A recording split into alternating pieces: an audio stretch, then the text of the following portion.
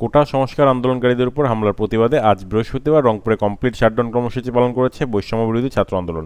এ সময় রংপুর জেলা স্কুলের সামনে রাস্তা অবরোধ করে শিক্ষার্থীরা বিক্ষোভ মিছিল নিয়ে বেগম রোকেয়া বিশ্ববিদ্যালয়ের দিকে যান। মিছিলে তাদের সাথে যোগ দেন বিভিন্ন স্কুলের শিক্ষার্থী ও অভিভাবকরা। বিক্ষোভ মিছিলের শুরুতে পুলিশ কিংবা বিজিবির কাউকেই দেখা যায়নি।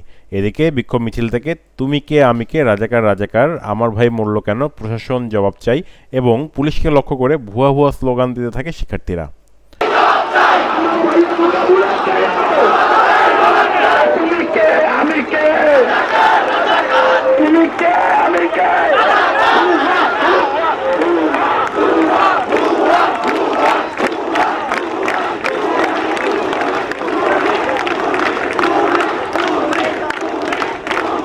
Mahbur Rahman, RCTV news, Rangpur.